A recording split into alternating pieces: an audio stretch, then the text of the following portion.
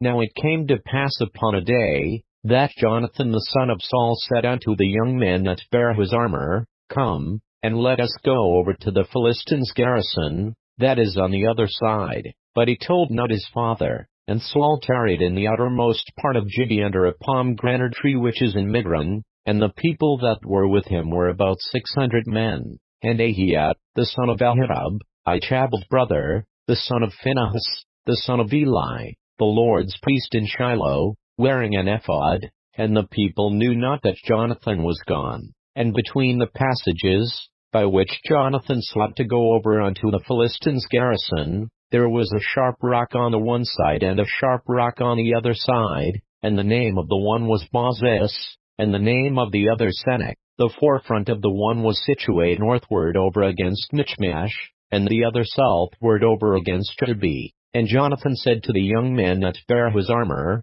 Come, and let us go over unto the garrison of these uncircumcised. It may be that the Lord will work for us, for there is no restraint to the Lord to save by many or by few. And his armor-bearer said unto him, Do all that is in thine heart, turn thee, behold, I am with thee according to thy heart. Then said Jonathan, Behold, we will pass over unto these men, and we will discover ourselves unto them. If they say thus unto us, Tarry until we come to you, then we will stand still in our place, and will not go up unto them. But if they say thus, Come up unto us, then we will go up, for the Lord hath delivered them into our hand, and this shall be a sign unto us. And both of them discovered themselves unto the garrison of the Philistines, and the Philistines said, Behold, the Hebrews come forth out of the holes where they had hid themselves. And the men of the garrison answered Jonathan and his armor-bearer, and said, Come up to us,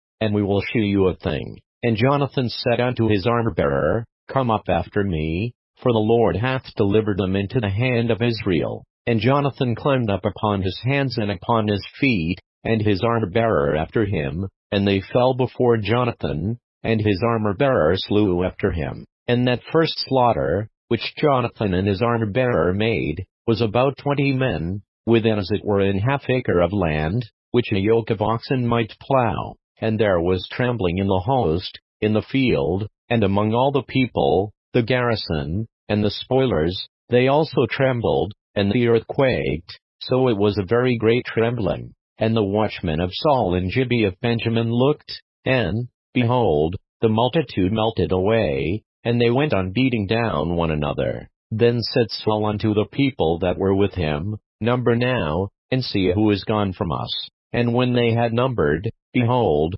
Jonathan and his armor-bearer were not there. And Saul said unto Ahiad, Bring hither the ark of God, for the ark of God was at that time with the children of Israel. And it came to pass, while Saul talked unto the priest, that the noise that was in the host of the Philistines went on and increased. And Saul said unto the priest, Withdraw thine hand. And Saul and all the people that were with him assembled themselves, and they came to the battle, and, behold, every man's sword was against his fellow, and there was a very great discomfiture. Moreover the Hebrews that were with the Philistines before that time, which went up with them into the camp from the country round about, even they also turned to be with the Israelites that were with Saul and Jonathan. Likewise all the men of Israel which had hid themselves in Mount Ephraim, when they heard that the Philistines fled, even they also followed hard after them in the battle. So the Lord saved Israel that day, and the battle passed over unto Bethaven.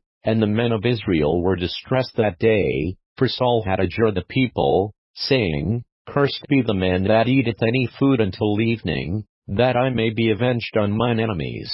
So none of the people tasted any food, and all they of the land came to a wood, and there was honey upon the ground. And when the people were come into the wood, behold, the honey dropped, but no man put his hand to his mouth, for the people feared the oath.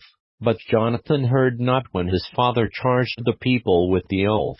Wherefore he put forth the end of the rod that was in his hand, and dipped it in an honeycomb, and put his hand to his mouth, and his eyes were enlightened. Then answered one of the people, and said, Thy father straitly charged the people with an oath, saying, Cursed be the man that eateth any food this day. And the people were faint. Then said Jonathan, My father hath troubled the land, See, I pray you, how mine eyes have been enlightened, because I tasted a little of this honey. How much more, if haply the people had eaten freely today of the spoil of their enemies which they found, for had there not been now a much greater slaughter among the Philistines. And they smote the Philistines that day from Michmash to Aijalon, and the people were very faint. And the people flew upon the spoil, and took sheep, and oxen, and calves, and slew them on the ground, and the people did eat them with the blood. Then they told Saul, saying, Behold, the people sin against the Lord, in that they eat with the blood. And he said, Ye have transgressed, roll a great stone unto me this day. And Saul said, Disperse yourselves among the people, and say unto them, Bring me hither every man his ox, and every man his sheep, and slay them here, and eat, and sin not against the Lord in eating with the blood. And all the people brought every man his ox with him that night, and slew them there. And Saul built an altar unto the Lord, the same was the first altar that he built unto the Lord. And Saul said, Let us go down after the Philistines by night, and spoil them until the morning light, and let us not leave a man of them. And they said, Do whatsoever seemeth good unto thee. Then said the priest,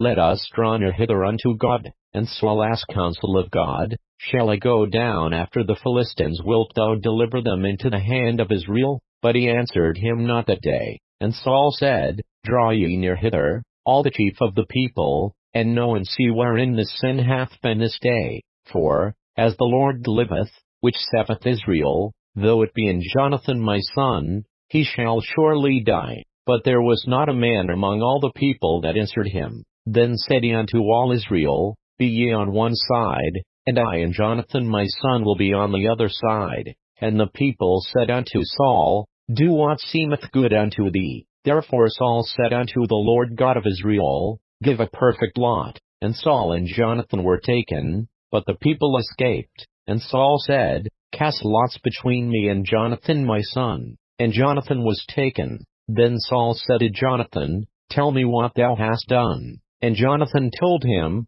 and said, I did but taste a little honey with the end of the rod that was in mine hand, and, lo, I must die. And Saul answered, God do so and more also, for thou shalt surely die, Jonathan. And the people said unto Saul, Shall Jonathan die, who hath wrought this great salvation in Israel? God forbid, as the Lord liveth, there shall not one hair of his head fall to the ground, for he hath wrought with God this day. So the people rescued Jonathan, that he died not. Then Saul went up from following the Philistines, and the Philistines went to their own place.